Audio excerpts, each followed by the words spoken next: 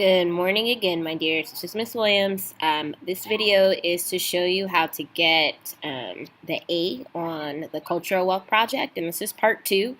After you've created your assessment and shared your link with Miss Williams, and then you shared, and Miss Williams will share that link with everybody in class. Everyone takes it, and then you go through and you analyze the data. So today I'm going to show you how to analyze the data. So again, this is the screen for Google. You go there, and we're going to go back to Google Forms. So you click on the 9 boxes in the top, and then you click on Google Forms, as Miss Williams is doing right now. When you pull it up, at the bottom down here, it should have the name of your actual assessment. So for example, this is probably going to be my cultural wealth assessment, and then I click on that to open it. From there, what you're going to do is you're going to look, you got to find the data right now. So you click on responses, which are here, and then you click on this little button right here that says create spreadsheet, because it's going to basically analyze all your data for you and create a spreadsheet so that you can see how everybody answered that completed your assessment. So here we go. Right here, you're going to click this little green thing, and then it says create a new spreadsheet, and you just go ahead and you say create, and then it's going to open up a data. So now we're green now. We're here. So now it's going to open up this, and it's going to basically have everybody's name and the team that they chose and their answers here. So I'm going to show you an example of an assessment that has a lot of data. This one's very limited because it only has one response. But I'm going to show you an assessment from data from an assessment that Miss Williams actually had all my classes take. So this is an example of what it might look like for you. So it would have everybody's name here. Don't worry about what they scored. You're looking at how many people actually answer certain questions, and I'll show you that in a second.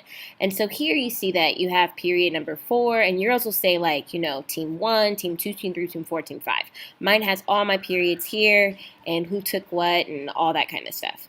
And so here it tells me, okay, so for this question, this is my first question, which of the following are required to receive blah, blah, blah, blah. But let's say this was your first question from your assessment. So let's say your first question from your assessment was, you believe people should always, right? And so looking at that, you look at that question, you believe people should always, and then here are all the answers that everyone gave.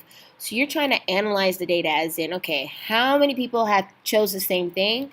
How many people chose something different from me? Maybe some teams, everybody in one team, you're looking at data that has a trend, like something that's common that you see throughout the data. So as you see here, I had a lot of people choose 10 slides that have a right answer. I got 1, 2, 3, 4, almost the whole entire 4th period did that, right? That's a trend because it's something that, well, not all the whole entire 4th period, but you know what I'm saying? Like that's a trend that you see. Okay, and so from there's another way that you can kind of look at the trends, but this shows you like individually who answered what, all in a spreadsheet. Also tells you the time they answered it, and then by individual teams. Mine is by period because that's how I grade you guys, or that's how I separate the data. But also if you look back at your assessment, so you see here it says responses. If you click on summary and scroll down, it'll tell you how many people chose question number 1. Or how many people chose question number 2 in the whole entire group that chose it. So this actual data right here, it just tells me 1 because I only had 1 person take it because that was me. And so it says here that 1 person chose their family. Now let's say that your answer was you chose, like for yourself, is to believe the best in every person. Now you see that a lot of people might either choose your same answer or choose something different from you. So again, you're looking at the data to see, okay, what are the trends? Who's doing the same thing as me? Who's doing something different from me? Who's doing the same thing as each other? What do I see that's something that's common? Whether it's something that's similar or different, but what do I see that's common?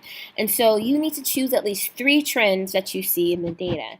And then once you've chosen those 3 trends in the data, you go back to your PowerPoint, you create a new slide, and I would title it Assessment Data Analysis, all right? And so I'm just going to give you a quick example of what I chose as Assessment Data Analysis, just to kind of help you out. In yellow is just instructions on what you need to do. And so it says, describe at least 3 trends you see in the data, 1 similarity and 1 difference with you will work, and then something else. So I said here, in looking, it should say looking. Miss Williams likes to do a lot of editing while she's actually reading out loud. So in looking at the data of my class assessment, I found there were many similarities and differences among my classmates. That's my intro sentence, right? Like that basically is like my first part of RAD, right? Where I change the question into an actual answer, right? I restate the question. So now I'm going to give it details. So in question 1, I found that one person held the same belief as I did when it came to what people should always do. And then you could say which was believe the best in every person.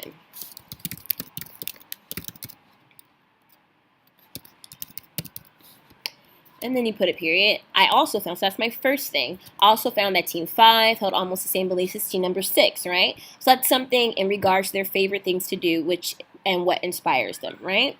And then lastly, most people differed from me in regards to their favorite thing to do because 28 students did not choose watching TV, which was my answer, right? So again, you're looking at the data to see what the trends are. Who agrees with you, who disagrees with you, who has similar answers. They don't have to be your answers, but who has similar beliefs as you.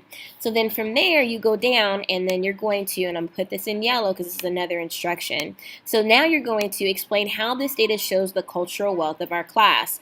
Cultural wealth, real easy, quick little understanding of what that is. It's just basically experiences and beliefs that can help others reach their goals. So this data tells me that our class has a lot in common that we can use to help each other. And so then you start talking about, for example, right? So let's say a whole bunch of people chose that, you know what, the people that inspire them most are their moms, all right? So for example, we can have discussions about what our moms have done for us that can relate back to history, right? So I mean, there's lots of things in like history that probably talk about, I wouldn't necessarily say moms, but that talk about what people have actually done for them and the things that they've done that can kind of help you to relate it back to history.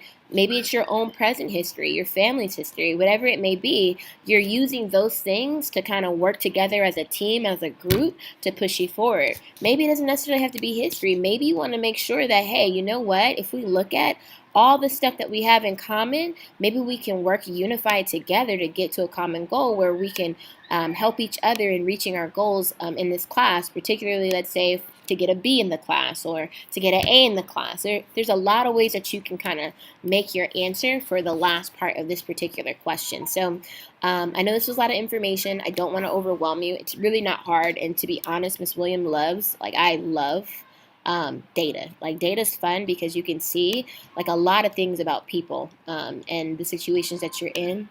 And then you can come up with solutions to make things better.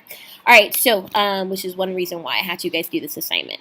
So with that said, I'm going to upload this particular slide also again onto School Loop to help you guys out as an example. You can always use any of my words to help you as long as it's different. You're not using everything that I put on here as your answer, but you can use my sentence starters. Like in looking at the data of my class assessment, that can help you out. Go ahead and use it. And you put I found, but then you change it to what you actually found.